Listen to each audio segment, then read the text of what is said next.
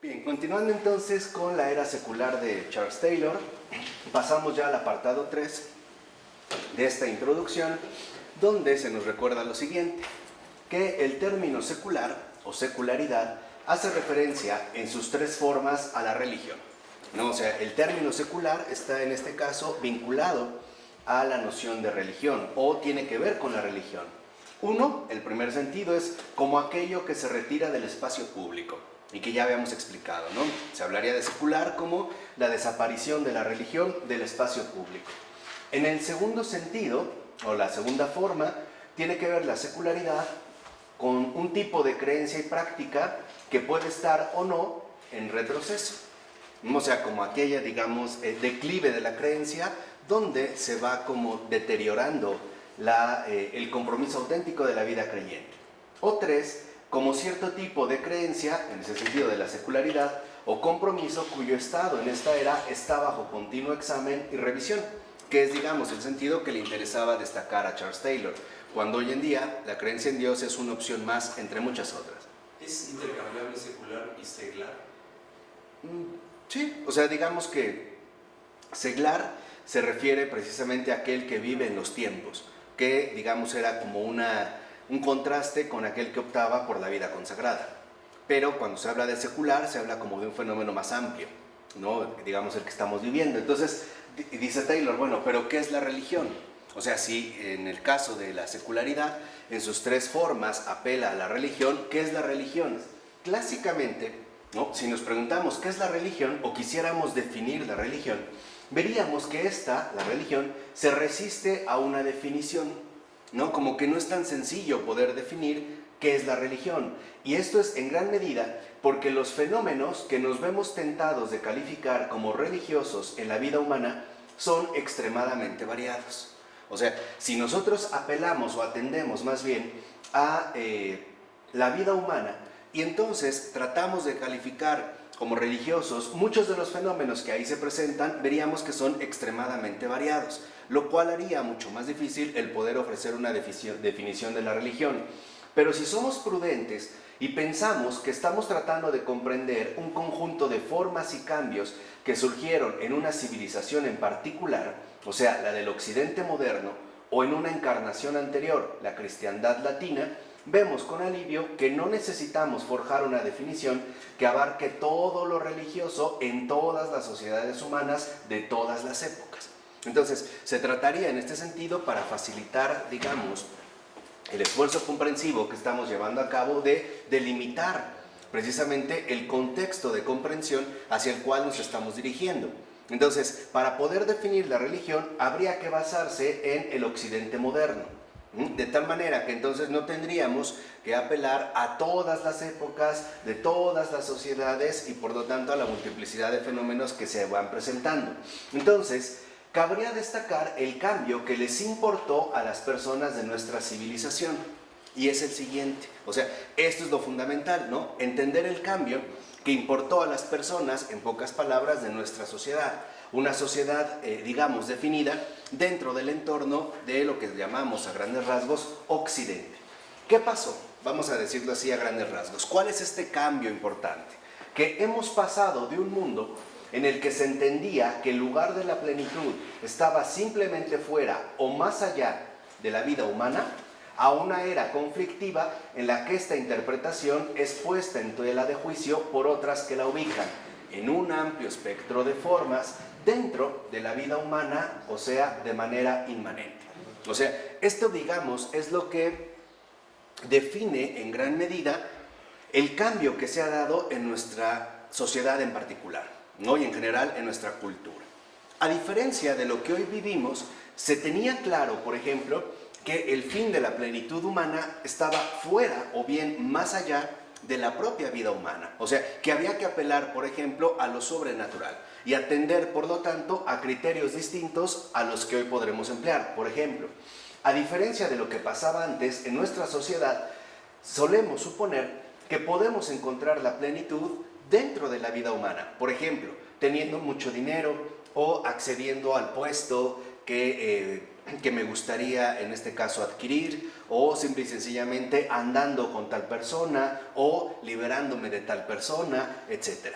O sea, ahora pensamos en pocas palabras que para ser felices no tenemos que apelar a un más allá, algo que digamos que esté más allá de nuestra propia vida humana. Entonces, la religión se da en este caso, por tanto, siguiendo un ejercicio prudente en términos de la distinción trascendente-inmanente. Y esta es, digamos, una de las claves de comprensión fundamentales para nuestra temática. O sea, para entender lo religioso dentro de nuestra sociedad actual, lo podemos hacer partiendo de esta distinción entre lo trascendente, o bien que está más allá, y lo inmanente. O sea, lo que no requeriría, digamos, en este sentido, alguna referencia a un orden distinto al que de hecho vivimos. Hoy nosotros, en gran medida, nos hemos vuelto tremendamente inmanentes. ¿Por qué? Porque suponemos, que podemos ser felices o bien alcanzar la plenitud aquí y ahora, empleando diversas formas, bajo diversos medios, pero ya no tenemos tan presente una dimensión trascendente que nos pueda dar, digamos, el sentido a nuestra realización humana. Entonces, dentro de estos criterios, o a partir de esta distinción entre lo inmanente y lo trascendente, vemos que en efecto la gran invención de Occidente fue la de un orden inmanente a la naturaleza, cuyo funcionamiento de este orden inmanente pudo ser entendido y explicado de manera sistemática en sus propios términos, dejando abierta la pregunta de si este orden total tenía una significación más profunda y, de ser así, si debíamos suponer un creador trascendente más allá de él. O sea, en nuestra sociedad particular, algo que destaca, y es la gran invención de Occidente, es que nos vimos, por decirlo así, orillados a explicar la realidad a partir de sí misma. O sea, entender la naturaleza como un todo que no necesitaba para nada de algo trascendente a ella. Por ejemplo, un Dios creador o fuerzas, vamos a decirlo así, sobrenaturales, fueran del tipo que fueran, ¿no? Y esto se empieza a ver, por ejemplo, en la configuración de ciertas posturas teóricas que irán dando paso a nuestra cultura moderna. Por ejemplo, cuando se empieza a concebir la naturaleza como tal, como un funcionamiento explicable en sí mismo. Pongamos un hecho muy sencillo. Hoy podemos hablar de la composición química del agua, ¿no? Y podríamos decir que el agua se compone básicamente de 2 moléculas de hidrógeno y una de oxígeno. Y ya, ese sería el orden inmanente. Esto para nada implica que pensemos que tenga que haber un creador del agua o de este elemento, vamos a decirlo así, acuático, ¿no? Bastaría con esta explicación. Entonces, esta noción de lo inmanente implicaba negar, o al menos aislar y problematizar, cualquier forma de interpenetración entre las cosas de la naturaleza por un lado y lo sobrenatural por otro, ya sea que esto se refiriese a un Dios trascendente, a dioses o espíritus, a fuerzas mágicas o a lo que fuere. O sea, nosotros, digamos, como occidentales, tendimos a encapsular, algo así como enquistar nuestra propia realidad a partir de parámetros enteramente inmanentes, ¿no? Por ejemplo, dentro de nuestra concepción actual, que tiene que ver con el origen de la vida, a través, por ejemplo, de un nacimiento, solemos suponer que lo único que se necesita en este caso son básicamente 2 células, un espermatozoide y un óvulo, y obviamente su respectivo proceso de fecundación, y ya.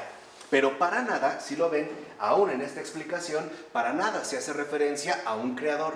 Suponemos que esto es parte de un proceso natural. Entonces, el apelar a algo sobrenatural, un Dios trascendente o creador, dioses, espíritus, fuerzas mágicas o lo que fuere, ya no entra, digamos, dentro de nuestra propia postura. Es simplemente aislado o incluso problematizado. Aislado en el sentido de que no se hace referencia, por ejemplo, a este orden trascendente, ya no se menciona.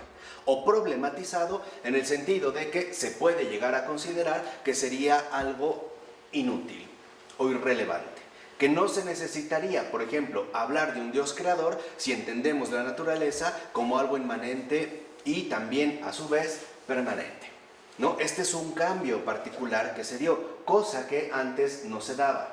De tal manera que definir la religión en términos de la distinción inmanente-trascendente es un ejercicio hecho a la medida de nuestra cultura, ¿no? O sea, no es un recurso arbitrario, es un criterio pertinente porque encaja muy bien con nuestra realidad actual y nos aclara bastante lo que hoy en día está sucediendo con respecto a la religión. ¿Por qué? Porque lo que estamos tratando de comprender son los cambios que han tenido lugar en una cultura, la nuestra occidental, para la cual esta distinción se ha vuelto fundacional. Entonces, esto de fundacional es muy importante por varios aspectos, pero entre ellos, digamos, el más importante, el aspecto más esencial, es porque nosotros también ya funcionamos en base a ciertas distinciones fundacionales. O sea, suponemos ya que en nuestra propia comprensión hay cosas, por ejemplo, que ya no necesitan ser mencionadas, o bien que no necesitan ser tenidas en cuenta. Por ejemplo, Dios, o algún orden sobrenatural. Para nosotros, digamos, nuestra mentalidad está ya basada en ciertos aspectos fundamentales, entre ellos la distinción inmanente-trascendente. Por ejemplo, hoy en día, para nosotros, para que entiendan más a lo que me refiero, es ciertamente difícil comprender el alcance y la significación profunda de la providencia de Dios, o sea, del aspecto providencial de Dios. ¿Por qué? Porque como nosotros nos vemos ya fundacionalmente inclinados por lo inmanente, suponemos que si una persona desea adquirir algo, tiene que aplicarse en su obtención, ¿no? Y hoy hay mucha gente que dice que Dios no te va a dar nada. O sea, hay gente que dice a Dios pidiendo y uno como trabajando, ¿eh?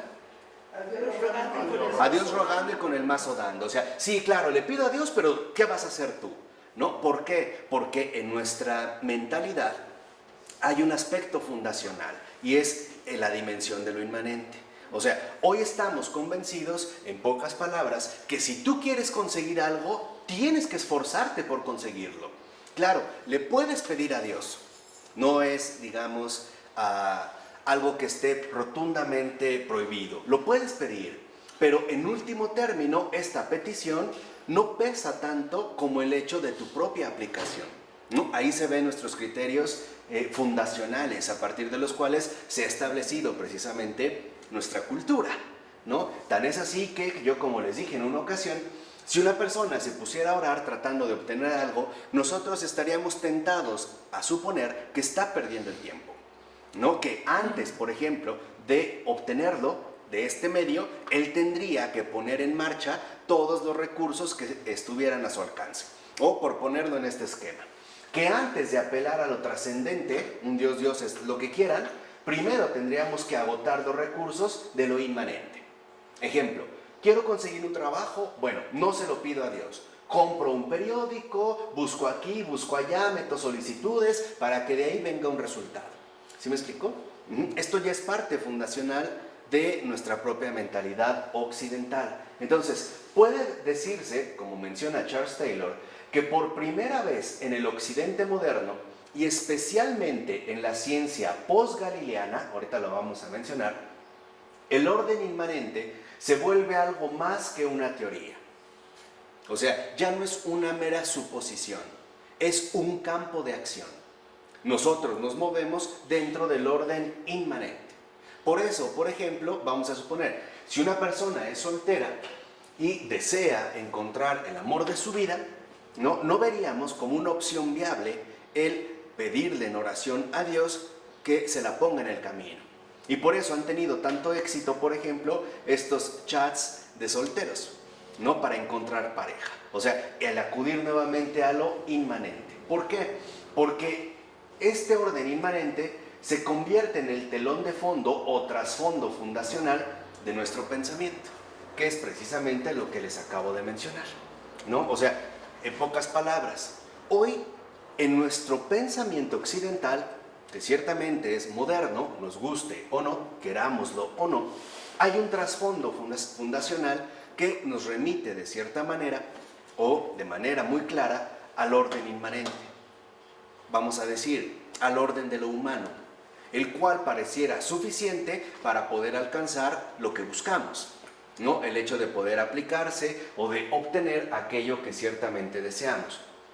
¿Y por qué surge este orden inmanente? Especialmente a partir de la ciencia postgalileana. Porque con Galileo, y este es un aspecto fundamental, el universo comienza a ser entendido bajo una formulación matemática. Es decir, no era necesario hacer una referencia a un creador, aunque esto no se negara abiertamente, sino que bastaba formular, por ejemplo, la concepción del universo a partir de ciertos esquemas matemáticos, que de hecho es lo que se sigue realizando hasta estos tiempos, ¿no? Hoy vemos básicamente que en las teorías físicas contemporáneas no hay una referencia clara a Dios. Basta con que se logre plantear el universo a partir de una formulación matemática. O sea, irse alejando poco a poco de lo trascendente para establecer el orden inmanente como un trasfondo fundacional. Por eso les ponía, por ejemplo, el caso de la concepción, nuestra mentalidad que tenemos al respecto, o incluso algo tan básico como la germinación de una semilla, ¿no? Por retomar algo que venía en el Evangelio. Nosotros damos por hecho que si yo siembro una semilla en una buena tierra y la riego, tiene que germinar y crecer. ¿Por qué? Porque le puse tierra, porque le puse los cuidados necesarios, porque le he puesto agua, etcétera, etcétera, etcétera. Cuando en el Evangelio el Señor nos decía que ocurre, por ejemplo, en el reino de los cielos, como con una semilla, ¿no? Que el hombre, sin saber cómo, germina y crece. O sea, pero para nosotros este orden trascendente ya no forma parte de nuestra mentalidad integral. Es una posibilidad que o bien se puede aislar o bien se puede problematizar. O sea, por ponerlo en términos un poco más tajantes, en pocas palabras, para nosotros Dios no es algo ya necesario, ni esencial. No entra a formar parte de nuestro esquema explicativo. Ya no es necesario. Podemos tener otras alternativas explicativas que en efecto están basadas en este orden inmanente, que en último término es, y eso es lo que hay que destacar, un trasfondo fundacional. ¿De acuerdo? ¿Vamos? De ahí pues que nosotros veamos que hoy en día, por ello, es que tienen tanto auge, por ejemplo, las propuestas que nos invitan a poner, digamos, en alto la propia capacidad humana, ¿no? Un ejemplo quizá muy claro al respecto son estas alternativas hoy en día de mejoramiento que lo manejan en algunas cuestiones del trabajo de las emociones, como el Club de los Optimistas, etcétera, donde se nos invita a poner manos a la obra. O sea, una especie de programación interna mental donde tú básicamente vas a definir cómo va a ser tu vida. O sea, si tú te propones, ahí está el orden inmanente, ¿no? Si tú aquí y ahora te propones mentalizarte pensando que todo te va a ir bien, entonces todo te tiene que ir bien. Puedes apelar a Dios, pero no es necesario. No es necesario, no es, digamos, algo esencial. Podría darse o no darse, ¿no? Y esto es algo que en nosotros, por ejemplo, está causando verdaderos estragos en la experiencia creyente, porque entonces convertimos a Dios en algo secundario y ya no en algo primario, ¿no? Y hoy lo vemos, por ejemplo, en la experiencia religiosa de muchas personas, donde después de tantos esfuerzos fallidos, recurren a Dios como último recurso. En realidad lo hacen no porque sea Dios, sino porque ya no tuvieron de otra. Por ejemplo, he intentado y no se me ha dado, bueno, entonces pues sí, ¿no? Voy a la Basílica de Guadalupe, voy a ver a San Juditas, le pido a no sé qué santo, o incluso también en formas muy variadas, voy a que me hagan una limpia, a que me pongan unos collares, a que me hagan algo así como una buena vibra, o cualquier otro recurso que yo encuentre. Pero no es lo primario. Lo primario es agotar todos los recursos que son enteramente humanos y que justo por ser humanos están a nuestro alcance. Por ejemplo, una pareja que se casa y no puede tener hijos. Lo primero que piensa es un tratamiento de fertilidad. Ese es el orden inmanente. ¿No? Lo primero es un orden de fertilidad. O cuando uno tiene algún tipo de enfermedad, lo primero que pensamos es agotar todo el orden inmanente, o sea, visitar 1001 médicos, hacer 1001 tratamientos, y si esto no funcionó, o sea, si de plano el orden inmanente, que es el trasfondo fundacional en el que vivimos, no funciona, Entonces en ese caso podremos acudir a otra alternativa. En este caso, digamos, podríamos acudir a la trascendencia. Y esto es algo muy común, por ejemplo, también dentro del ámbito médico, ¿no? Hay doctores que te dicen, hemos agotado todos los recursos. Ya no podemos hacer absolutamente nada. Y sutilmente te dicen, si quiere, búsquele por otro lado, ¿no? O sea, no es algo que te plantean de manera directa, sino como una opción que en realidad no está contemplada, al menos desde el principio, ¿no? Sino que se ha vuelto en este sentido algo secundario. A partir de entonces, bien podríamos preguntarnos si las personas reconocen algo trascendente o que esté más allá de sus propias vidas. Esto tiene que ver, en efecto, con la experiencia religiosa. O sea, habría que preguntarnos si las personas o nosotros mismos reconocemos que en efecto hay algo trascendente, es decir, algo que está más allá de nuestras propias vidas o no. Por ejemplo, hoy en día también en la cuestión del amor, que impera el orden inmanente, vemos cómo unas personas se pueden juntar confiando en su propia capacidad de amar, ¿no? Dicho de otra manera, se casan porque se sienten enamorados o están enamorados. En efecto, o sea, hay una experiencia compartida, incluso vamos a decir una experiencia recíproca de amor. Pero no se ponen a pensar que el amor humano, por muy auténtico y genuino que sea, es limitado, porque somos seres finitos. Y este amor, tarde o temprano, va a declinar. Es decir, se va a acabar. No podemos seguir manteniendo, digamos, este amor siempre renovado, porque se desgasta, como de hecho vemos que ocurre en toda la vida humana. Nuestro cuerpo, nuestra capacidad de memoria, nuestra penetración intelectual, incluso nuestro propio vigor físico, vemos cómo se va deteriorando, querámoslo o no. Y para ello lo único que hay que hacer es darle paso al tiempo, ¿no? Para que haga su trabajo, por así decirlo. Y hemos perdido de vista que en efecto el matrimonio, por ejemplo, el matrimonio católico, el matrimonio religioso, lo que nos garantiza es que no nos vamos a confiar en nuestros propios recursos humanos, porque entonces sería algo limitado. No sé si me explico. El casarse por la iglesia tiene este sentido, es poner como garantía una trascendencia que nos va a estar alimentando constantemente a lo largo de todo el recorrido. Dicho de otra manera, es poner en primer lugar a Dios, que de hecho es el lugar que le corresponde. No es un mero trámite social o una mera cuestión de presumir en qué salón hice la fiesta o cuál fue el menú que di. Como mucha gente se preocupa, ¿no? Se va a casar y lo primero que le preocupa es el salón y el menú. O sea, puras cosas inmanentes. No, el sentido es muchísimo más delicado. O sea, el casarse por la iglesia involucra que estamos renunciando a nuestra propia finitud, porque queremos que este amor sea permanente. Por eso es que se dice, no, va a ser un amor hasta la muerte.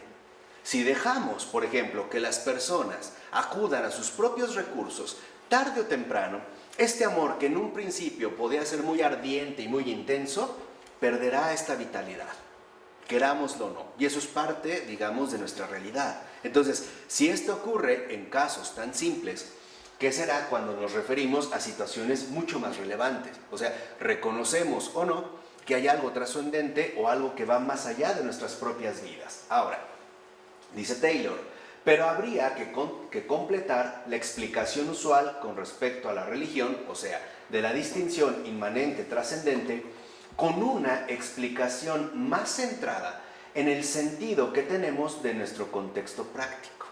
O sea, no solo bastaría la explicación usual de esta distinción inmanente trascendente, que en efecto es cierta, pero habría que poner ahora el énfasis en un aspecto quizá desapercibido, y es el sentido que tenemos de nuestro contexto práctico. Vamos a decirlo así, de nuestra forma concreta de vida. Habría que apelar precisamente a esta dimensión. ¿Por qué?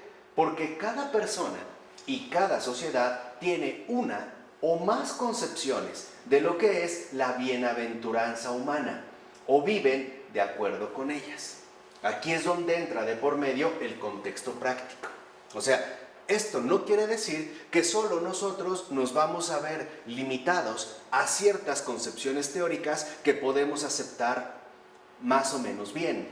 No, tiene que ver más bien con las repercusiones que esto va a generar en nuestro propio contexto vital. O sea, habría que tomar en cuenta mucho las formas de vida que vamos adoptando en nuestro propio contexto peculiar. ¿Por qué? Porque cuando se habla, por ejemplo, de la bienaventuranza humana, cada persona o cada sociedad va a presentar una o más concepciones al respecto, ¿no? Por ejemplo, en nuestra sociedad de consumo, como bien lo menciona Zygmunt Bauman, vemos que la concepción de la felicidad consiste en ir, digamos, a la par de las exigencias del propio consumo, lo cual no solo implica, por ejemplo, adquirir o consumir lo que se me ofrece. No, tener los recursos para poder hacerlo. Esto es parte de la bienaventuranza. O sea, dentro de una sociedad consumista, no importa que todos tengamos acceso al mundo de consumo. O sea, cualquiera puede entrar a un centro comercial, en pocas palabras, pero no cualquiera puede comprar todo lo que se ofrece en este centro comercial.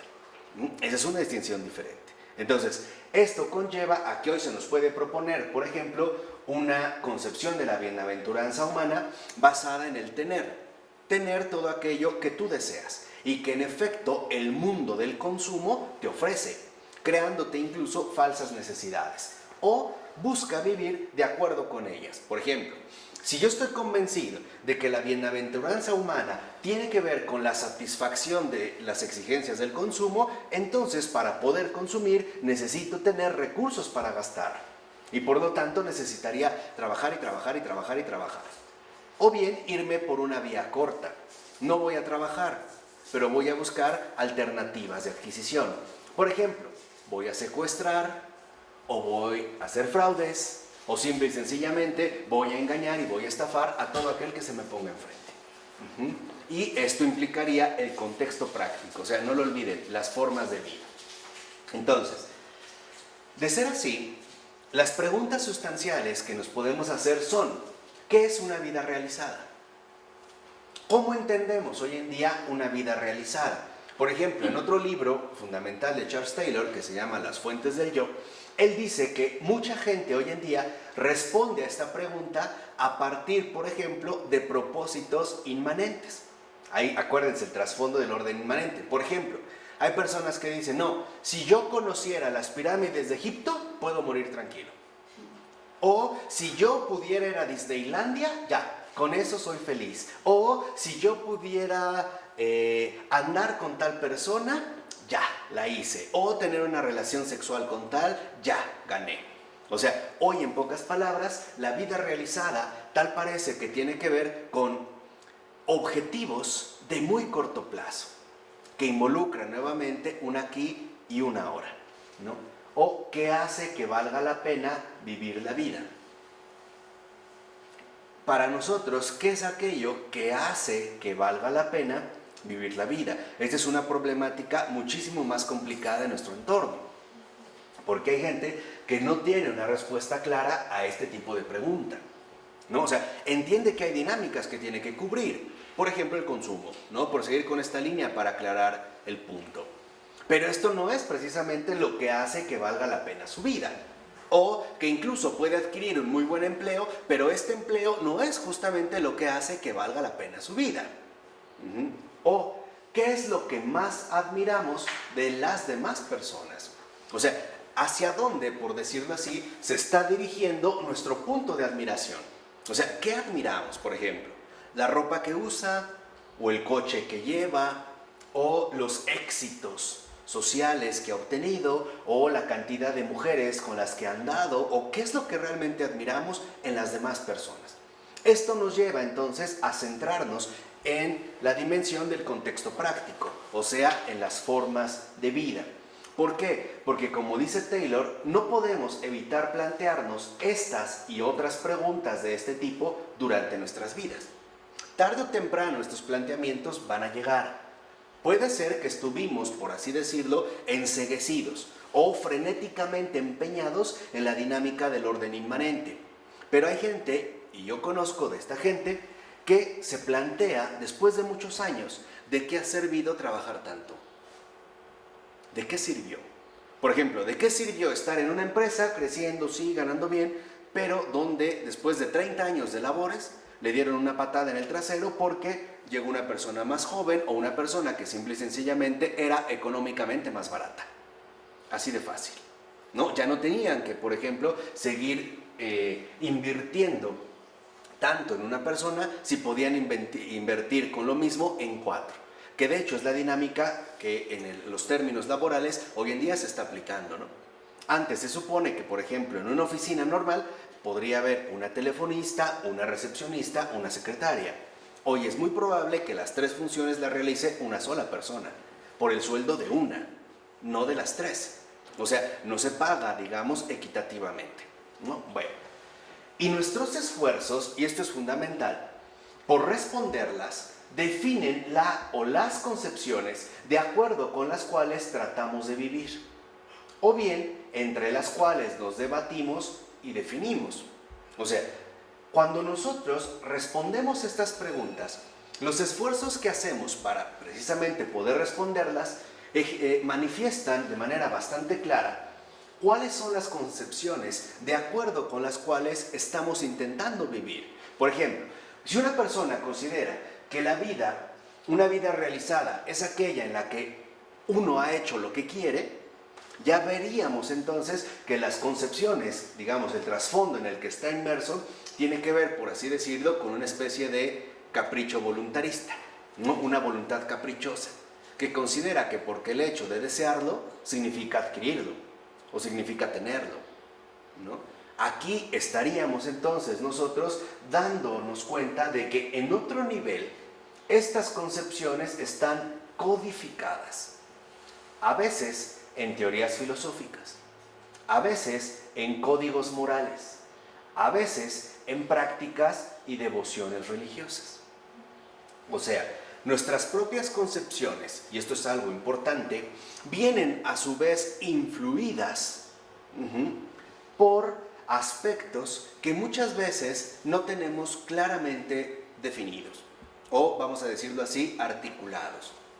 Por ejemplo, hay personas que pueden tener una concepción pragmática de la vida, es decir, de resultados inmediatos y donde se vean, digamos, el menor esfuerzo para obtener el mayor resultado, y que no es clara de dónde viene esta influencia, o que vienen también de códigos morales establecidos que en efecto han traído o han causado un impacto en su propia forma de vida. Entonces, algo que es muy importante, y eso es algo que Chesterton menciona, y lo menciona muy bien, es lo siguiente: decía, una teoría filosófica no es, vamos a decirlo así, irrelevante, porque una teoría filosófica causará impacto también, no solo en nuestro modo de pensar, sino sobre todo también en nuestro modo peculiar de vivir. Entonces, nuestras concepciones de vida, o mejor dicho, nuestras prácticas de vida tienen un trasfondo intelectual. ¿De acuerdo? O sea, una filosofía no es algo ridículo. Lo ridículo es suponer que la filosofía no importa y que no tiene impacto en la vida de los hombres. Esto sí es ridículo. Porque si nosotros hiciéramos de verdad un estudio, y a mí me encantaría hacerlo, pero no he tenido los recursos y el apoyo necesario, de las filtraciones de nuestra mentalidad, verían cómo aparecen más de 1000 autores que de alguna u otra manera han puesto algo en nuestra propia forma de vida. Algo, así fuera muy mínimo, y que nosotros en gran medida ni siquiera somos conscientes de dónde vienen. O también, como dice Taylor, no solo provendrían de teorías filosóficas, sino también de ciertos códigos morales establecidos y que nosotros no cuestionamos con seriedad, ¿no? Los damos por hechos suponiendo que así es como deben ser las cosas, ¿no? Que dijimos que esa es como una de las grandes debilidades de la modernidad. O sea, una de las grandes debilidades de la modernidad es el hecho de suponer que así como hoy están las cosas, así deben ser. O incluso que así son. Por ejemplo, hay muchas personas que consideran que así como hoy son las cosas, por ejemplo, con respecto a la vida de pareja, las uniones libres, esto es lo correcto. Y lo que está equivocado son concepciones antiguas. Por ejemplo, donde se fomentaba el matrimonio o donde simple y sencillamente se vivía bajo criterios distintos. Entonces, vemos que estas y las diversas prácticas mal formuladas en las que participan las personas que nos rodean constituyen los recursos que nuestra sociedad nos ofrece a cada uno de nosotros cuando tratamos de dar una dirección a nuestra vida. O dicho de otra manera, nuestra vida está llena de influencias. Nuestra vida no es ni independiente ni autónoma como nos gustaría que fuera. Está llena de influencias que nos han llegado a través precisamente de nuestra propia realidad social y a través precisamente de el mantener un contacto vivo y pleno con el entorno circundante, ¿no? Dicho de otra manera, muchas veces, por ejemplo, las personas suelen asumir concepciones pero mal formuladas, ¿no? Y no se entiende bien qué es lo que hay de ahí, por ejemplo, se va afirmando. Es como cuando una persona dice, ay, no me acuerdo quién, pero alguien dijo qué. Y en realidad ni eso dijo, ni tiene nada que ver con lo que esta persona afirma. Y empezamos a hacer, en pocas palabras, un caos. Ocurre un poco con este fenómeno del teléfono descompuesto, ¿no?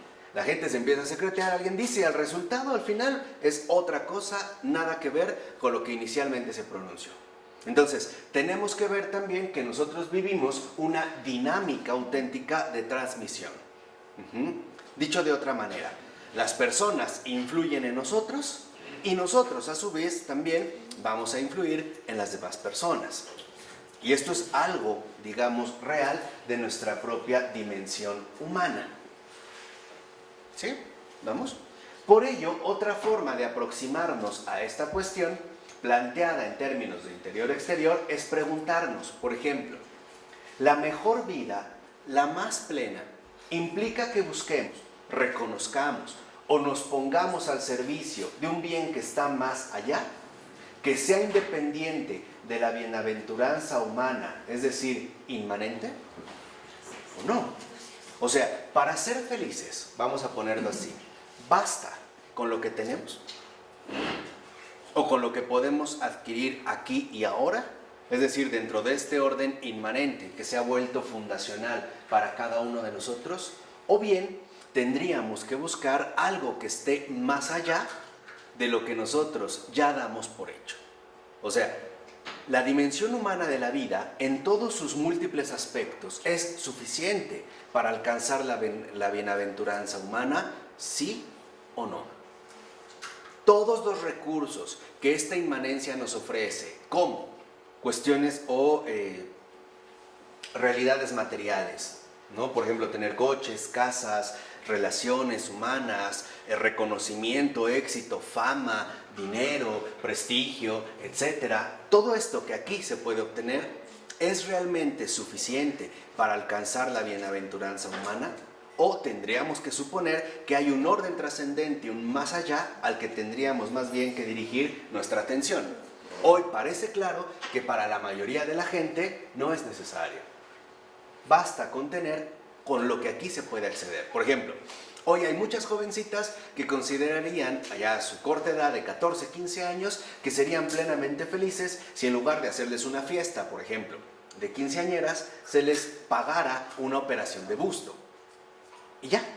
O un joven que está convencido de que si los papás le compran tal coche, va a ser el hombre más feliz del mundo, ¿no? O que si logra viajar a Europa, ya la hizo. O que si logra lo que yo les decía, cualquier objetivo inmanente, va a ser feliz. Hoy la mayoría de las personas supone que sí.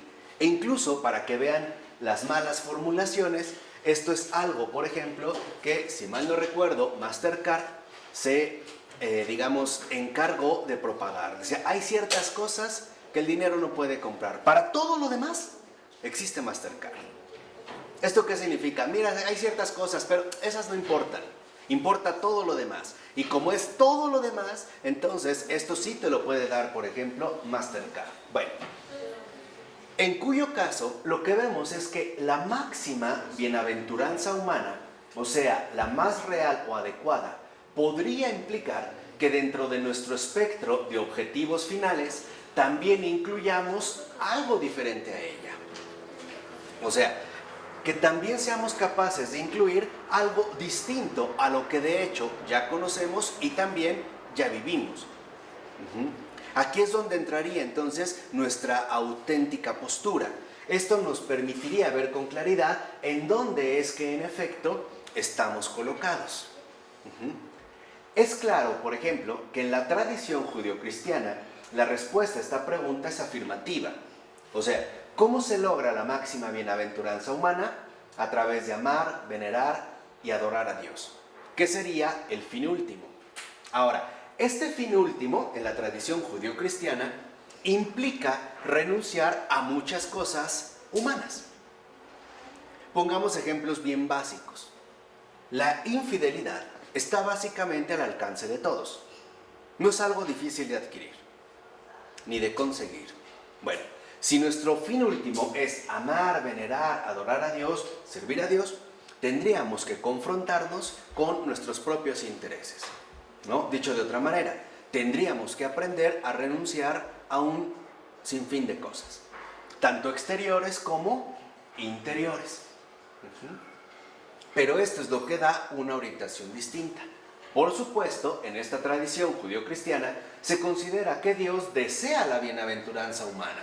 O sea, Él quiere que seamos dichosos, pero no se considera que la devoción a Dios dependa de ello. O sea, no es precisamente mi devoción lo que me va a llevar a esta felicidad. Tanto como decir que si yo hago esto, entonces voy a obtener esto. Pero, por ejemplo, la frase hágase tu voluntad no es equivalente a que los hombres sean bienaventurados, aunque sabemos que Dios desea la bienaventuranza humana. Y esa es una particularidad fundamental. Cuando decimos hágase tu voluntad, no estamos diciendo que todos los hombres sean bienaventurados. Lo que suponemos es que Dios quiere esta bienaventuranza y que en gran medida el cumplimiento de su voluntad involucrará romper con muchos esquemas inmanentes. Vamos a decirlo de esta forma, que en la bienaventuranza humana, dentro de esta tradición judeocristiana, hay que dar paso a lo divino. Y esto solo se logra a partir de romper con lo humano. Romper con lo humano, en último término, por algo mejor. ¿Sí? ¿Vamos? Ok, entonces, pero hay otras formas en las que, aunque quizá no nos resulten muy familiares, podemos ir más allá de la bienaventuranza humana. O sea, no es algo que solo se presentaría dentro de la tradición judeocristiana. Habría otras alternativas. Por ejemplo, el budismo, ¿no? Podemos interpretar que el mensaje de Buda nos dice cómo alcanzar la felicidad. O sea, cómo evitar, en este caso, el sufrimiento y alcanzar así la dicha. Porque para el budismo lo importante es poder superar esta, digamos, la cadena de las reencarnaciones, que no es otra cosa más que la continua rueda del sufrimiento, ¿no? Nos quiere decir entonces cómo evitar el sufrimiento y así alcanzar la dicha. Pero es claro, por ejemplo, que esto, ¿no?, en la interpretación que podríamos hacer del mensaje de Buda, equivale a abandonar lo que normalmente entendemos por bienaventuranza humana. O sea, se nos invita a cambiar de manera profunda nuestros propios criterios. Por ejemplo, aquí el abandono puede ser considerado en términos de un cambio radical de identidad, ya que las concepciones normales de la felicidad humana suponen un yo continuo en tanto beneficiario, o en el caso de su fracaso, un sufriente. O sea, el suponer, en este caso, que en efecto tendríamos que romper con nuestra identidad habitual, o sea, con nuestra identidad usual, y dirigirnos a algo distinto a las concepciones normales de la felicidad humana. Entonces, la doctrina budista del anatta apunta a llevarnos más allá de esta ilusión, o sea, el camino hacia el nirvana implica renunciar a todas las formas de bienaventuranza humana. O al menos, para llegar al nirvana, si no se trata de renunciar, sí ir más allá de todas ellas. Esto involucraría, por ejemplo, lo que mencionaba Taylor hace un momento, un cambio drástico en la propia identidad. Y quizá la relevancia más clara la tenemos en el caso de los monjes budistas. Su forma de vivir, su forma de vestir, incluso la forma, digamos, de su apariencia se ve drásticamente modificada, ¿no? ¿Por qué? Porque algo que se aclara en este caso es que las concepciones usuales de la bienaventuranza humana, o sea, el modo habitual en el que los hombres piensan que van a ser felices, está equivocado. Y tendríamos más bien que cambiar de orientación. No obstante, por ejemplo, en el budismo y en el cristianismo, a pesar de las grandes diferencias que hay entre las doctrinas de uno y otro, hay algo similar. Fíjense, aquí es donde se encuentra una similitud tanto del cristianismo o entre el cristianismo y el budismo. Y es que el creyente o devoto es llamado a hacer una profunda ruptura interna con los objetivos de la felicidad. O sea, en pocas palabras, tanto en el budismo como en el cristianismo hay un llamado a romper con las concepciones de la felicidad humana que en realidad no nos llevan a tal resultado. En estos casos, digamos, el llamado es similar. Salir de estas falsas concepciones que nos prometen algo que simple y sencillamente no nos pueden dar, ¿no? Eso es algo que, por ejemplo, en nuestra cultura está dominando. Hay, creo, como 3 grandes falsos llamados a la felicidad que nunca nos la van a dar en la cultura actual. Uno es, por ejemplo, todo el ámbito de las drogas. Por eso son drogas ya tan sintetizadas y tan artificialmente elaboradas. Nos proponen, por ejemplo, el acceso a un mundo distinto al cual vivimos. Y nos hacen creer que ahí nosotros vamos a ser felices. Y ya sabemos que esto en realidad es falso. 2, es toda la gama finamente trabajada de la genitalidad humana. O sea, la explotación de la genitalidad humana, donde también se nos propone falsamente que encontraremos un clímax, un orgasmo humano, donde seremos plenamente dichosos, y ya sabemos que tampoco. Y el tercero tiene que ver con la cuestión monetaria, donde ahora el énfasis se ha puesto precisamente en hacernos creer falsamente que es el dinero la fuente de la felicidad. Y que si una persona, en pocas palabras, no tiene dinero, es infeliz o desdichada. Y que si una persona tiene dinero, es feliz o dichosa.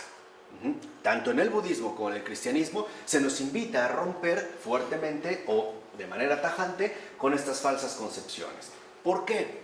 Porque tanto en uno como en otro el llamado consiste en desprenderse de la propia bienaventuranza hasta la extinción del yo, o sea, en el caso del budismo, o llevar a cabo la renuncia a la realización humana para servir a Dios en el otro, o sea, a través del servicio al prójimo. Podríamos decir, a través de la caridad.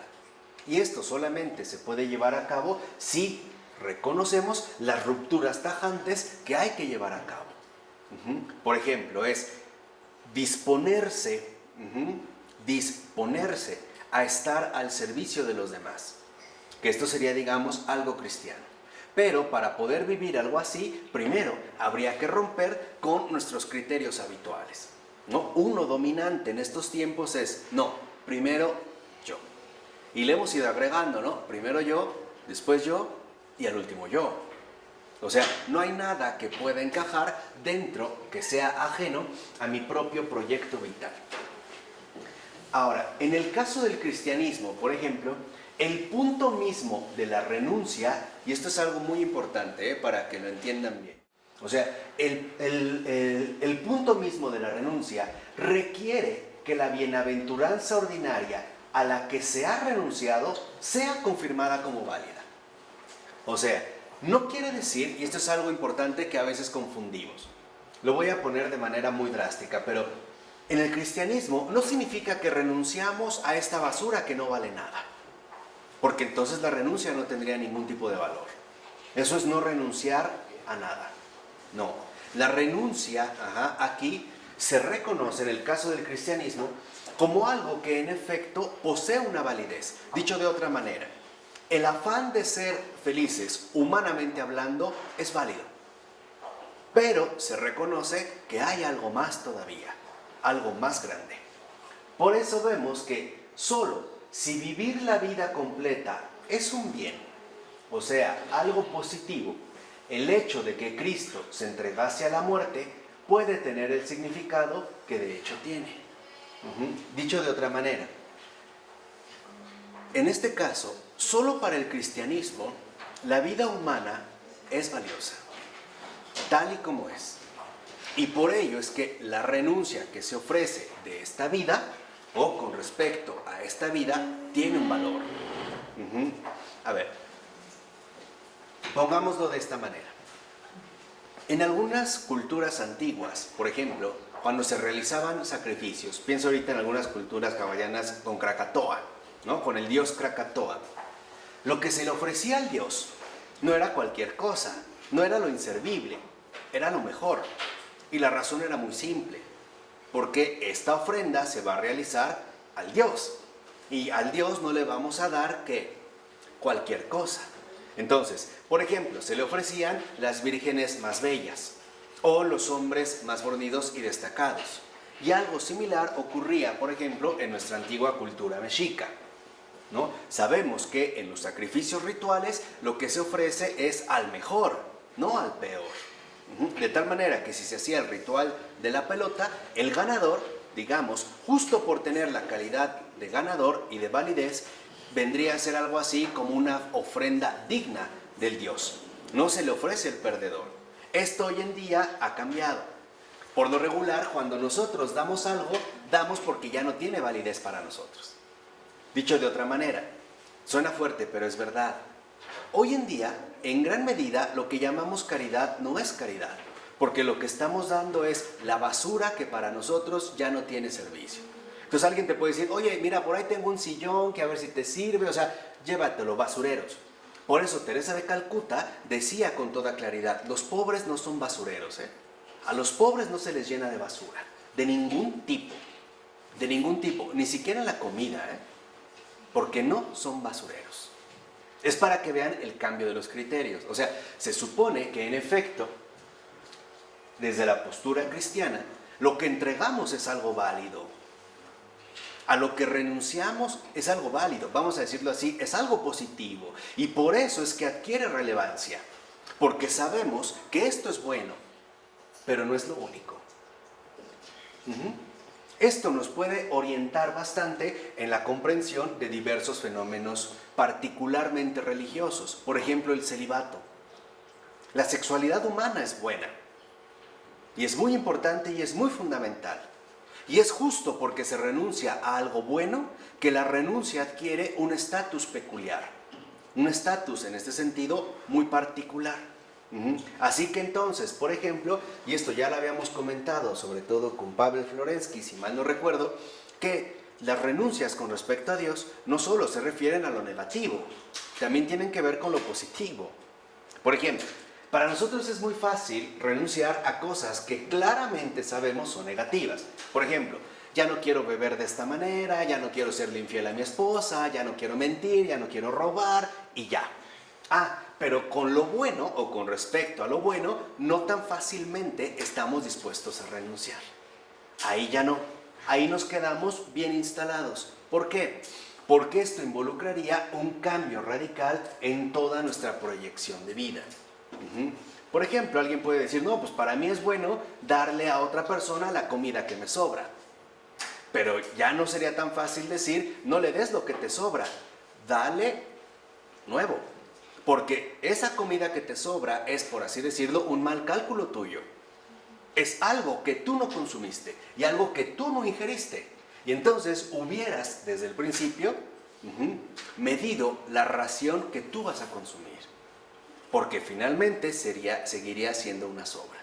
¿Sí me explicó? En este caso, un desecho. ¿No? ¿Vamos? En esto consiste precisamente el abismo insalvable que existe entre el cristianismo y la filosofía griega. Y esto es algo primordial. Aquí consiste, ¿no?, el abismo insalvable que hay entre el cristianismo y la filosofía griega. Por ejemplo, Sócrates presenta la muerte como el acto de dejar un estado o sea, la bienaventuranza ordinaria de vivir la vida para pasar a otro mejor. Ese más allá de la vida que nadie conoce ni puede conocer. O sea, en pocas palabras, Sócrates, en este sentido, afirma con este tránsito hacia ese estado que nadie conoce ni puede conocer, que lo que deja, en simple y sencillamente, no vale la pena.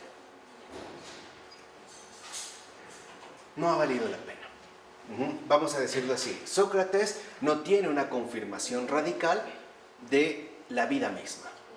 Simple y sencillamente supone que va a pasar a otro estado que nadie conoce ni puede conocer, que seguramente será mejor. Porque en último término, esta vida no vale la pena. ¿Vamos?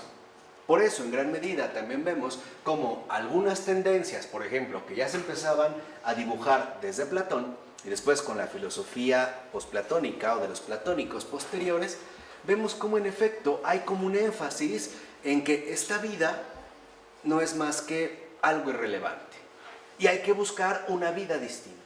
Pero eso involucra que de fondo se está despreciando el don de la vida, el don mismo de la vida, ¿no? Estamos asumiendo que a lo que renuncio, simple y sencillamente no tiene o carece por completo de algún ¿qué?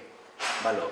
Cosa que con Cristo o en el cristianismo es completamente distinta. Entonces vemos, en pocas palabras, que para el cristianismo la renuncia es válida porque la vida es un bien. Si no, por ejemplo, Cristo, el sacrificio que hubiera hecho como humano o dentro de la vida humana, hubiera carecido de valor. Dicho de otra manera, no hubiera tenido ningún tipo de validez. Mientras que para la filosofía griega, la vida misma carece de valor. Y por lo tanto, en realidad, no se está renunciando a nada que valga la pena. ¿Sí se entiende? Esto es bien importante, porque marca diferencias muy esenciales entre nuestros propios, vamos a decirlo así, criterios de experiencia de vida, o sea, en nuestras prácticas o en nuestras dimensiones prácticas, es decir, en nuestras propias formas de vida. Porque en último término, nosotros sabemos que una renuncia solo tiene sentido cuando aquello a lo que renunciamos tiene validez, nos cuesta, o realmente sentimos un apego hacia ello. Si no, no tendría ningún tipo de ¿qué? De validez. Sería algo irrelevante. Por ejemplo, para un no fumador, ¿qué validez puede tener el no fumar? ¿Y para un fumador?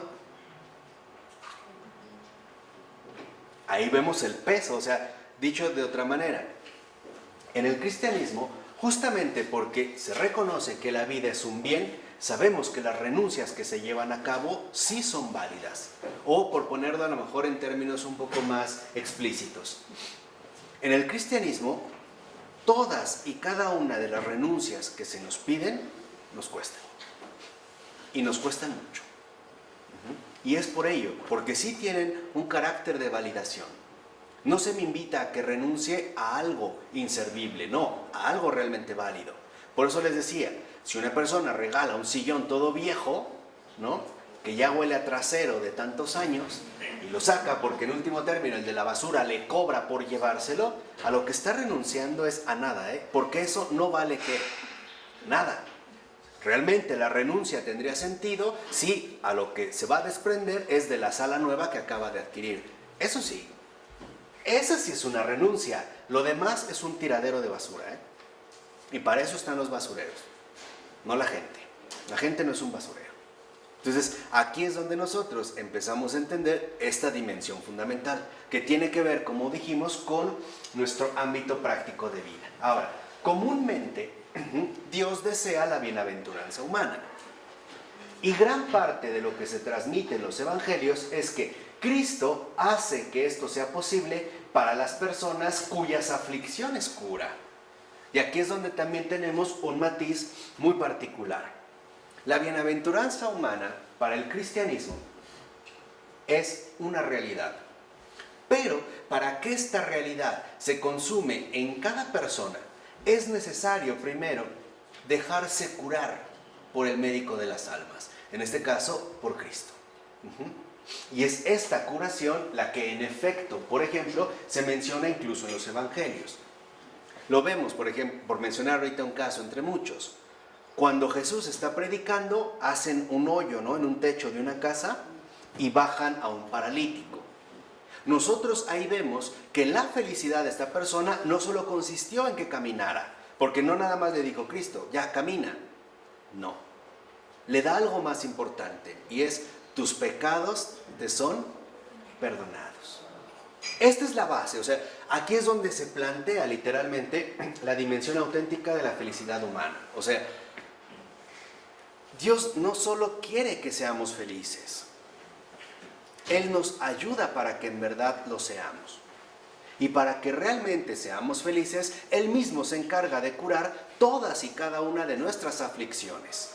Aún las más recónditas, las más escondidas, las más difíciles, las más duras. Él es capaz precisamente de primero curarnos espiritualmente y después, ahora sí, levantarnos físicamente. Como en el caso de este paralítico que comentamos. ¿Sí? ¿Vamos? Dime. ¿Querías decir algo? No. ¿No? Bien, entonces bien mal. Bueno, ahora, entonces vemos que el llamamiento a la renuncia no niega el valor de la bienaventuranza. Más bien es una llamada a centrar todo en Dios. Aun si ello es al costo de privarse de ese bien insustituible, o sea, la bienaventuranza humana. Dicho de otra manera, aquí es donde entendemos el verdadero y profundo sentido del sufrimiento dentro del cristianismo. Lo que entendemos, digamos, es que para el cristiano, para el verdadero cristiano, el sufrir no es pasarla mal, no es aflicción, es pasión. ¿Por qué? Porque cuando se centra todo en Dios, esto puede involucrar el privarse de nuestra propia felicidad individual, al menos dentro de la dimensión humanamente usual. O sea, dentro de los criterios que nosotros supondríamos indispensables para ser felices. Por ejemplo, como el hecho de tener todas las comodidades que la cultura nos puede ofrecer. Y entonces veríamos el contraste, por ejemplo, en muchos casos de la vida religiosa, ¿no? Esto es un bien. Por ejemplo, contar con los avances tecnológicos que nuestra sociedad nos ofrece es un bien, sí. Pero también puede darse el caso de que se nos invite a renunciar a este bien. Y es por eso que la renuncia adquiere valor. Dicho de otra manera, aquí es donde veríamos que el sacrificio adquiere su consistencia, ¿no? Por estas renuncias que ahorita precisamente hemos mencionado. Entonces, nos damos cuenta que este llamamiento a la renuncia involucra incluso el estar dispuestos a dejar de lado, es decir, a privarnos de lo que para nosotros es un bien, y es la bienaventuranza humana, ¿no? Por ejemplo, no sé, en los antiguos monjes, donde en lugar de dormir a lo mejor en un colchón de paja, dormían sobre un suelo duro y tenían como almohada una piedra.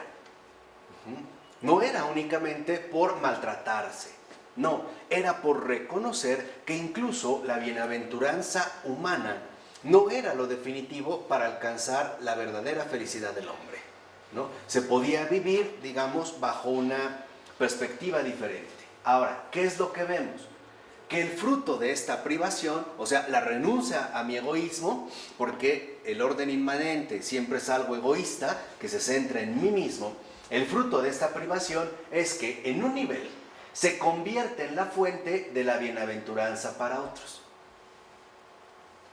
Vamos a ponerlo así. Si yo renuncio a mí, muchos se van a ver beneficiados. Por ejemplo, pongamos un caso muy básico. Si yo renuncio a mi mal carácter, a mi tacañería, a mi lujuria, a mi perversión, a mi adicción, muchos otros se verán beneficiados por esta renuncia. Y eso me parece que es algo obvio. Si yo como esposo renuncio a mi apego a la infidelidad, al tener amantes, etcétera, amoríos extraños, otros se verán beneficiados. O sea, la renuncia no es, digamos, un fin en sí mismo. Es lo que les decía, no se trata únicamente de pasarla mal por pasarla mal, no. Se trata simple y sencillamente de que sabemos que a partir de esta renuncia vendrá un beneficio para muchos otros. ¿Vamos? Ese es en un nivel. Pero en otro nivel también tiene que ver con una colaboración con la restitución de una bienaventuranza más plena por parte de Dios. Hoy mucha gente, y es esta restitución la que está en juego hoy en día con respecto a la experiencia creyente. Hoy mucha gente no cree en Dios porque nosotros no colaboramos con los planes de Dios. Vamos a ponerlo así, nos la pasamos rompiendo corazones en todos lados. Y en lugar de formar parte o ser colaboradores de este plan divino, somos más bien negadores de este plan divino. Por ello vemos que en efecto, por ejemplo, lo que se busca con esta restitución es una forma de curar las heridas y de reparar el mundo, tal como lo expresa, por ejemplo, la frase hebrea, el tikkun olam. El hecho de que esta restitución tiene una dimensión fundamental dentro de la experiencia creyente se ve a partir de que, por ejemplo, curar las heridas de los demás solo es posible si yo renuncio a ser hiriente con los otros. Es decir, si realmente me propongo ser un instrumento de curación y no un instrumento de destrucción. Pero esto involucra cambiar radicalmente mis actitudes, ¿no? Especialmente las actitudes que en mí se han venido arraigando a lo largo de los años y con las cuales incluso, y por qué no decirlo, he llegado a experimentar una especie de maléfica satisfacción, porque también hay gente que disfruta haciendo el mal, ¿no? Hay gente que también llega a experimentar un cierto grado de placer en la malicia, ¿no? Incluso, digamos, ya en esta especie de mente retorcida. Entonces, a lo que se nos invita, en pocas palabras, es que la renuncia dentro del cristianismo tiene como fin reparar el mundo, en todos los aspectos. O sea, en el cristianismo, el objetivo es ser constructivos, no destructivos. Ser cristianos, no anticristos. Y no crean, como una vez yo ya les comenté y se los recuerdo, que el anticristo solamente se reduce a esta especie de personaje que ha sido mal entendido y también mal formulado, ¿no? Que tendría que ver únicamente con el demonio, Satanás o Lucifer o todo lo demoníaco. No. El anticristo es todo aquel que va en contra de lo que Cristo nos ha propuesto. Ese es un anticristo, ¿eh? El que no sana, sino lastima, ese es anticristo. El que odia y no ama, ese es anticristo. O sea, no solamente tiene que ver con, les decía, con estas cuestiones medio raras, fantasiosas, que a veces se nos vienen sugiriendo. Ahora, lo que vemos es que entonces esto significa que la bienaventuranza y la renuncia no pueden fundirse para conformar un objetivo único. Tirar por la borda los bienes a los que se ha renunciado como si fueran estorbos innecesarios en el viaje de la vida a la manera del estoicismo, ¿no? Por ejemplo, sí, claro, yo me quito esto porque en realidad ya me estorba, que es lo que les decía con algunas muestras de bondad que la gente suele tener. Te doy esta sala porque ya me estorba, porque ya viene la nueva, porque ya está vieja, porque ya no me gusta, porque es un desecho. Entonces, al contrario, hasta me estarías haciendo un determinado ¿qué? Favor. No. Aquí lo que vemos, en último término, es que se trata de entender que no renunciamos a lo que no tiene valor. Renunciamos a lo que incluso tiene valor, así sea para nosotros mismos, ¿no? Sea, digamos, en el aspecto que sea o en la dimensión que sea. Ahora, la diferencia con el cristianismo es entonces importante. Y eso es lo que hay que comprender. La bienaventuranza es buena. O sea, la vida no es un estorbo o una carga innecesaria que habría que abandonar lo antes posible, a la manera platónica, ¿no? Cuando se suele mencionar es que el cuerpo es la cárcel del alma. Entonces el estar aquí es algo que debemos de superar lo antes posible.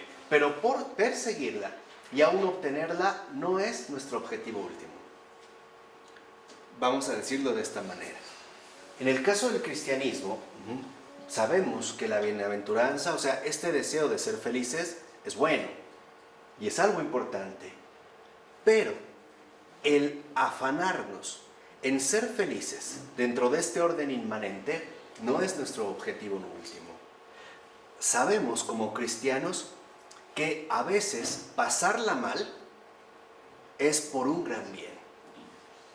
Voy a poner, no me quiero ir como a las grandes ligas, me voy a ir a las cosas muy sencillas. El pasarla mal, callándome la boca y no diciendo cosas inútiles al frenar mi lengua, ¿eso es pasarla mal? Sabemos que conlleva un gran bien para mucha gente. Pasarla mal, por ejemplo, cuando trato de dominar una emoción desproporcionada, por ejemplo, un enojo inmenso, eso es pasarla mal. Pero sabemos perfectamente bien que este pasarla mal involucra un bien para los demás. Y ahí es cuando vemos que no solo se trata de pasarla bien. Sabemos que a veces pasándola mal, contraerá, digamos, resultados muchísimo más elevados y muchísimo más deseables que si nosotros siempre estuviéramos aferrados a pasarla bien. Y este es uno, digamos, de los lemas también de la modernidad. Pásala bien. Tú siempre pásala bien. Ni se te ocurra pasarla mal. No. Tú siempre pásala bien, diviértete, distráete, nunca la pases mal. Y si la estás pasando mal, busca la manera de pasarla bien. Por ejemplo, la estás pasando mal con tu esposa, búscate un amante. Búscate otra opción. La estás pasando mal en el trabajo, mándalo al carajo, búscate otro. ¿Para qué te aguantas? ¿No hay gente así que hoy habla? Plenamente moderna. Y hasta ahí viene la mala formulación. Es que Dios no nos trajo aquí a sufrir, ¿eh? Nos trajo para que la pasáramos, ¿qué? Bien. Entonces, ¿por qué la pasó tan mal? Ahí habría algo, ¿no? Algo en particular que habría que tomar en cuenta. Entonces, vemos que el objetivo último no es lo que humanamente podemos concebir. Hay momentos donde pasarla bien es adecuado, pero hay momentos donde pasarla mal es importante. Pongamos otro ejemplo muy sencillo. ¿Qué pasa en el caso de la enfermedad? Siendo sinceros, uno no la pasa bien en una enfermedad. No, te duele el cuerpo, pero a veces pasarla mal puede traer de verdad frutos de un bien todavía mayor. Un crecimiento. Por ejemplo, ofrecimiento. Trabajar muchísimo en la paciencia, en la regulación de las emociones, en la confianza, incluso crecimiento en la fe. Y para ello a veces, en efecto, necesitamos pasarla ¿qué? Mal. Aquí es cuando a veces entendemos una pregunta que muchos se plantean: ¿por qué hay mal en el mundo? ¿No? Así que lo plantean así como una cuestión incontestable. No, sí tiene respuesta y es muy sencilla. ¿Por qué hay mal en el mundo? Porque el mal no tiene la última palabra. Porque aún en el mal, el bien siempre triunfa. Es por eso. Y es esto lo que hay que comprender. No es nada extraño en realidad que lo haya. Por eso en la vida nosotros sabemos que hay salud y hay enfermedad, hay debilidad y hay fortaleza, hay pobreza y hay riqueza. Y todo es para bien. Absolutamente todo es para bien. Bueno, ahora, pero incluso cuando renunciamos a ella, o sea, a la felicidad humana, sí la reafirmamos. Porque seguimos la voluntad de Dios al constituirnos en un canal de bienaventuranza para otros y en última instancia para todos. O sea, no solo es de que esta vida es una basura y no vale la pena y la niego. No, entro en sintonía con esta bendición sabiendo que en efecto ahora reafirmo el valor mismo de la vida. E incluso ahora se trata de acceder a una dimensión donde se involucran todos los demás. Entonces, establecer esta distinción entre bienaventuranza humana y objetivos que la trascienden tiene un sentido. Ahorita poníamos el caso sencillo de pasarla bien o pasarla mal. Dentro de la perspectiva cristiana tiene un sentido, porque apuntan, mejor dicho, a objetivos muchísimo más allá de lo que nosotros podríamos reconocer, al menos en un primer momento. Ahora, con la llegada de la secularidad moderna, aparece por primera vez en la historia un humanismo puramente autosuficiente, en el cual no hay ya objetivos que trasciendan nuestra humana realización, que es lo que habíamos dicho. Tú pásala bien, tú te sientes bien, te sientes bien. Tú te la pasas re bien masturbándote, mastúrbate, hombre, es sano. Es más, es fundamental para tu cuerpo y tu mejor crecimiento. Hazlo, o sea, mientras tú la pases bien, hazlo. A esto se refiere con un humanismo puramente autosuficiente. O sea, en realidad, el suponer que la felicidad está a nuestro alcance. Y que de hecho, justo lo contrario del cristianismo, y ahí se ve otro rasgo del anticristianismo actual de nuestra cultura, incluso se trata de no renunciar a nada que para ti te haga feliz. O sea, quitarle a la vida la dimensión de la renuncia y el sacrificio. ¿Hoy entienden por qué para una persona es tan difícil hacer un sacrificio? ¿Entienden por qué para mucha gente puede ser tan difícil, por ejemplo, dar una moneda? ¿O renunciar a su playera? ¿O renunciar a su celular? ¿O renunciar a su tiempo por alguien más? Hoy entienden por qué puede haber serios problemas, porque no hay este sentido profundo de la renuncia que apunta a un objetivo trascendente, y las dificultades que hay porque a alguien lo interrumpieron al estar viendo su partido de fútbol, o su telenovela, o su programa favorito. Es por ello que los resortes se han dado. Pero este humanismo autosuficiente llegó a ser una opción disponible para todos. Esta es la diferencia. Antiguamente se suponía que este humanismo autosuficiente era exclusivo de unos cuantos elegidos, de los espíritus avanzados. Vamos a decirlo así, de los herejes, ¿no? Por plantearlo en este término. Ahora no.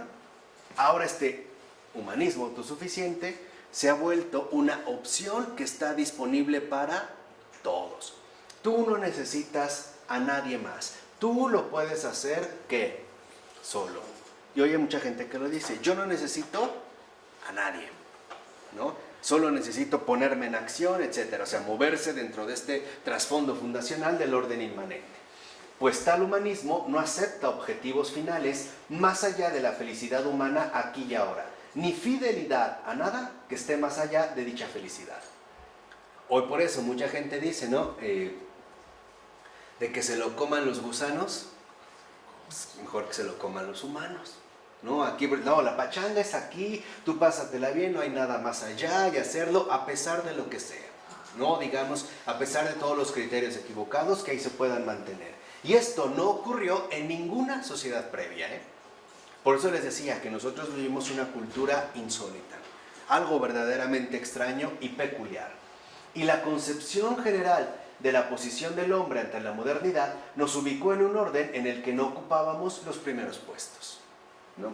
Los seres superiores, como dioses o los espíritus, o un tipo superior de seres, como las ideas o la cosmópolis de los dioses y los humanos, exigían y merecían nuestra veneración, reverencia, devoción o amor. Pero hoy, como no hay nada de esto, como no hay nada que nosotros supongamos más allá, sino que todo está más acá, es más, en mí, encapsulado en mí, entonces todo lo externo, todo aquello que supere, vamos a decirlo así, mi propia medida humana, me resulta simple y sencillamente inaceptable. Por eso, si lo ven, hasta en nuestras actitudes básicas de la vida, nos hemos vuelto excesivamente burlones. Vamos a suponer que una persona te dijera de repente que esa persona nunca dice groserías. Diremos, ay, sí, ajá, ahora sí, ¿cómo? Ni una, no, eres el puro, no sé qué. No le creemos. ¿Por qué? Porque de hecho suponemos que las cosas se tienen que dar a nuestra medida. Y como yo digo groserías, entonces todos las deben de decir. Y si no aceptan que las dicen, entonces son peor que yo. Porque al menos yo soy grosero, pero lo acepto, ¿no? Pero ni eso es capaz de reconocer. De hecho, antiguamente se llegaba a considerar que tal reverencia o devoción era inherente a la bienaventuranza humana. O sea, era una parte propia del bien humano. Y esto hasta los paganos lo tenían. Sabían perfectamente bien que una parte fundamental de la felicidad humana era mantener esta devoción con lo trascendente. Vamos a decirlo así, el culto a los dioses. Formaba parte precisamente del proyecto humano de la felicidad. Y esto es muy distinto del humanismo autosuficiente o exclusivo que encontramos en el corazón de la secularidad moderna. ¿Por qué es exclusivo? Porque hoy pensamos que para ser felices solo se necesita excluir, por un lado, todo lo que no está a nuestro alcance.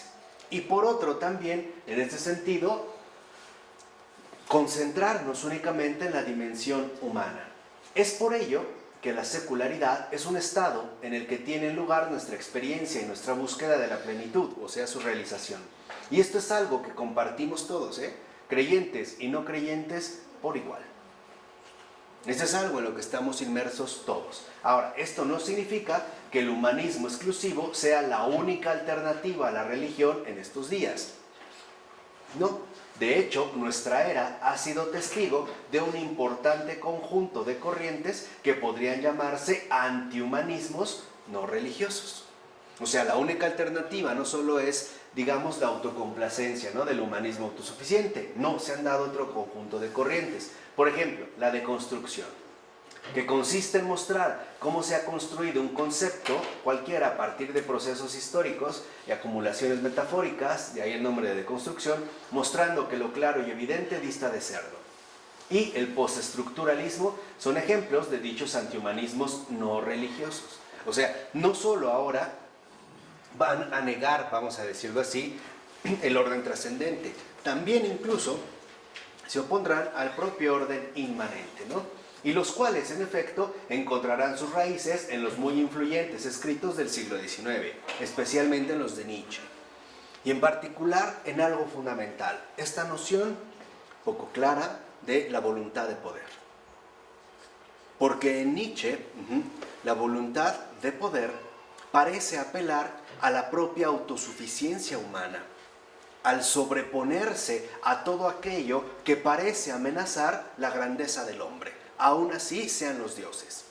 Por eso, por ejemplo, en Nietzsche, dentro de esta perspectiva, el grito "Dios ha muerto" es el triunfo de la voluntad de poder, o sea, del humanismo exclusivo, de afirmar la contundencia de la dimensión humana.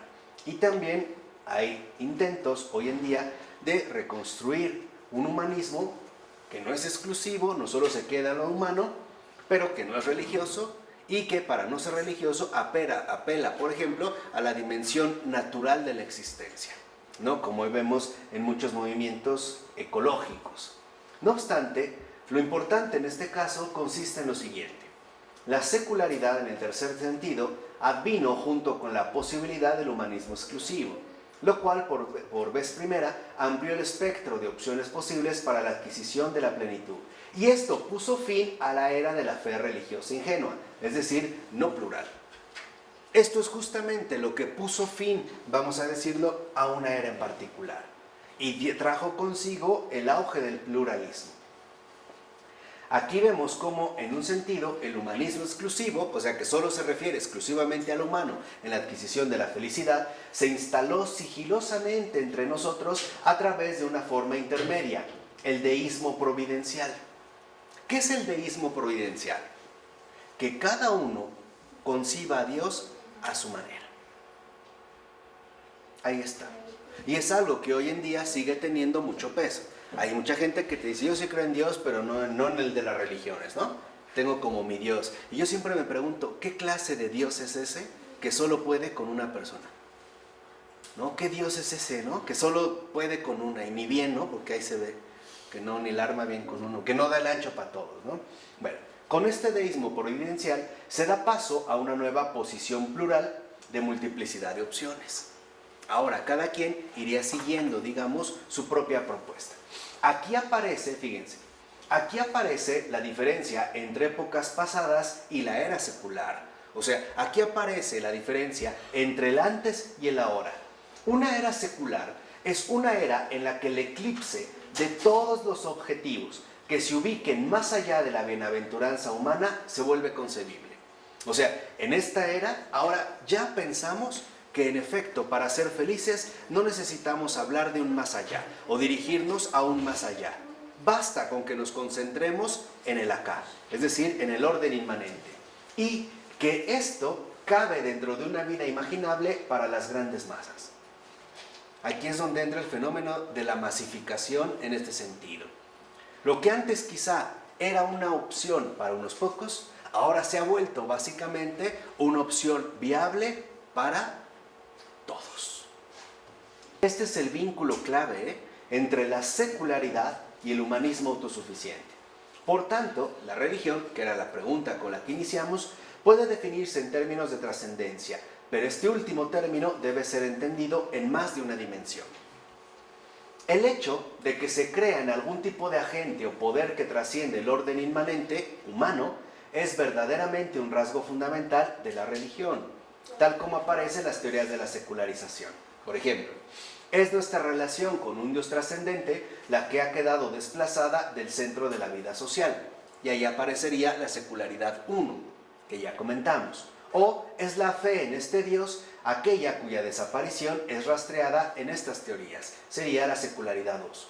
Pero, dice Taylor, deberíamos considerar la relación de la religión con un más allá en 3 dimensiones, si es que en verdad queremos comprender mejor las cosas. O sea, no solo basta con decir que Dios sea algo así como eclipsado del espacio público, o bien que ya la fe en Dios ha sido prácticamente dejada de lado.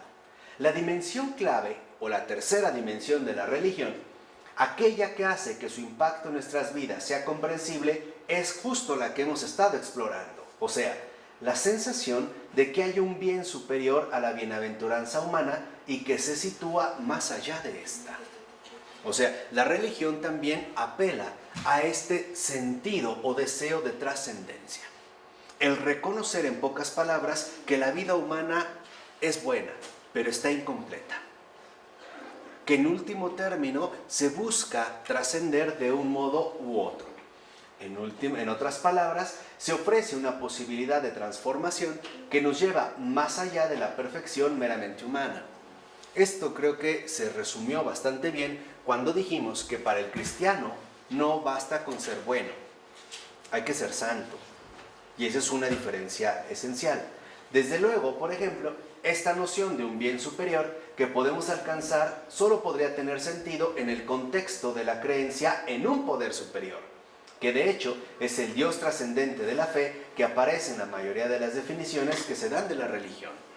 O sea, el apelar a un más allá no solo es un más allá neutral, sabemos de quién estamos hablando, ¿no? En el caso de AA es muy claro, ¿no? Aunque la entrada sabemos que es para evitar todos los obstáculos que han promovido 1001 prejuicios, ¿no? Pero se sabe a quién está detrás. Bueno, para el cristianismo, por ejemplo, nuestra vida es la historia de una transformación potencial por obra del ágape, o sea, de la caridad, lo cual requiere que consideremos que nuestra vida trasciende las fronteras de su ámbito natural entre el nacimiento y la muerte. O sea, nuestras vidas se extienden más allá de esta vida. Y es en este proceso que el ágape nos va proponiendo, el que nos va a ir transformando desde el nacimiento hasta ¿qué? La muerte. Porque sabemos que esta vida es buena, pero no es la mejor. No es la mejor. Sabemos que es buena, pero no es la mejor. Así pues, el debate actual en torno a la religión está configurado por los dos extremos. O bien la religión plenamente trascendente, o bien la negación frontal por el otro. Y esto, dice Taylor, no es un infortunio de la cultura moderna. Es un hecho que debemos asumir y encarar. O sea, para muchos, Dios hoy en día es completamente trascendente. Tan trascendente que no tiene que ver con nosotros. O por otro lado, se suele suponer que entonces se tendría más bien que negar esta realidad. Así pues, podemos ver hasta aquí, antes de pasar a este punto, que ya son nada más 3 diapositivas, que me gustaría ya poder terminarlo, darnos cuenta que la secularidad en el tercer sentido, como menciona el apartado 4, comparada con la secularidad en el primer sentido, o sea, los espacios públicos secularizados, y con el segundo, el declive de la creencia y la práctica creyente, es lo que interesa describir y comprender, pues este tipo de secularidad consiste en un nuevo estado de la creencia. Ojo, eso es lo que hoy en día experimentamos, un nuevo estado de la creencia. O sea, una nueva forma de la experiencia que induce a la creencia y es definida por ella en tanto contexto que incluye toda búsqueda y todo cuestionamiento sobre lo moral y lo espiritual. Así, el principal rasgo de este nuevo contexto, secular en el tercer sentido, es que pone fin al reconocimiento ingenuo del trascendente, o de los objetivos o las afirmaciones que van más allá de la bienaventuranza humana. Ahora todo es, como dijimos, inmanente y, digamos, enquistado en la propia dimensión humana. La ingenuidad ahora prácticamente no está disponible para nadie, ni para los creyentes ni para los no creyentes.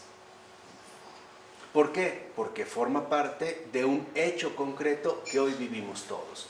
El cambio crucial entonces que nos condujo a este nuevo estado fue la llegada del humanismo exclusivo como una opción disponible para todos. Lo que antes se supone era un cierto privilegio intelectual de algunos, ahora se ha vuelto una práctica de vida disponible absolutamente para todos. ¿Cómo ocurrió esto? ¿Qué es lo que les decía, ¿no? Lo que Taylor proponía. Para responder a esta pregunta es necesario polemizar con estas historias de sustracción, o sea, que suelen omitir ciertos rasgos centrales y todo lo simplifican demasiado, ¿no? Y que son las historias de la modernidad en general. No es que hoy no somos creyentes porque llegó la ilustración o porque se nos ofrecieron alternativas a partir de la ciencia, etcétera, etcétera, etcétera, ¿no? Y que explica nuestro acontecer actual, sosteniendo en efecto que los seres humanos perdieron, se deshicieron o se liberaron de ciertos antiguos horizontes, ilusiones o privaciones del conocimiento que supuestamente los limitaban. No hay personas que dicen, claro, es que hoy estamos mejor, es que antes no era más que por ceguera, o por miedo, o por atadura, o por manipulación, etc. Estas son las historias de sustracción, vamos a decirlo así, las simplificaciones de las teorías modernas. Y el surgimiento de este proceso es lo que tales historias de sustracción suelen llamar modernidad o secularidad. O sea, antes, por ejemplo, las personas simple y sencillamente vivían algo distinto porque no habían accedido a alternativas que hoy para nosotros definitivamente son algo real. Pero para estas historias de sustracción, los rasgos subyacentes de la naturaleza humana han estado allí desde siempre, pero habían quedado obstaculizados por lo que ahora es dejado justamente de lado. O sea, algo así como quitar una venda de los ojos. O sea, los seres humanos estaban plenamente capacitados para vivir lo que hoy vivimos. Lo que pasa es que andábamos borrachos, atontados, drogados o quién sabe qué, pero no lo habíamos podido conseguir. Y contra este tipo de historia, precisamente, Charles Taylor sostendrá firmemente que la modernidad occidental, incluyendo su secularidad, es más bien el fruto de invenciones nuevas, autoconcepciones recientes y prácticas relacionadas, las cuales no pueden explicarse en términos de ciertos rasgos permanentes de la vida humana. Y este es un detalle central y con esto vamos a terminar. La historia que aquí vamos a tratar de comprender a partir de estos rasgos generales que hemos podido describir, tienen que ver con algo verdaderamente insólito e inusual, y es lo que llamamos modernidad, que es de hecho en gran medida lo que seguimos viviendo. Para Taylor es muy importante darnos cuenta cómo lo que hoy vivimos no ha sido un resultado inevitable del acontecer histórico, no, es producto de invenciones, diría yo también, falsificaciones y errores que se han querido establecer como horizontes básicos para la vida humana. O sea, hoy lo que vivimos en gran medida es fruto de invenciones nuevas. Por ejemplo, la invención de la autonomía. Esta noción tan nociva para nosotros de autonomía. Autoconcepciones de nosotros recientes como el hecho de que todo está en la mente. O sea, todo está dentro. Y de prácticas que obviamente están relacionadas con estas invenciones nuevas o autoconcepciones recientes, tales como el relativismo, el pluralismo, la indiferencia, etc. Y Taylor nos dice, esto no es así. Esto es algo característico de estos tiempos. Y por eso lo que tenemos que entender es lo que está sucediendo en estos tiempos. No son rasgos permanentes de la vida humana. No se trata de que los hombres estaban llamados a llegar a este punto, como lo proponía el positivismo a través de su teoría del progreso, ¿no? O los ilustrados haciendo esta contraposición tan falsa entre la edad oscura y la edad de las luces. Por fin habíamos alcanzado el uso de la razón. Mentira.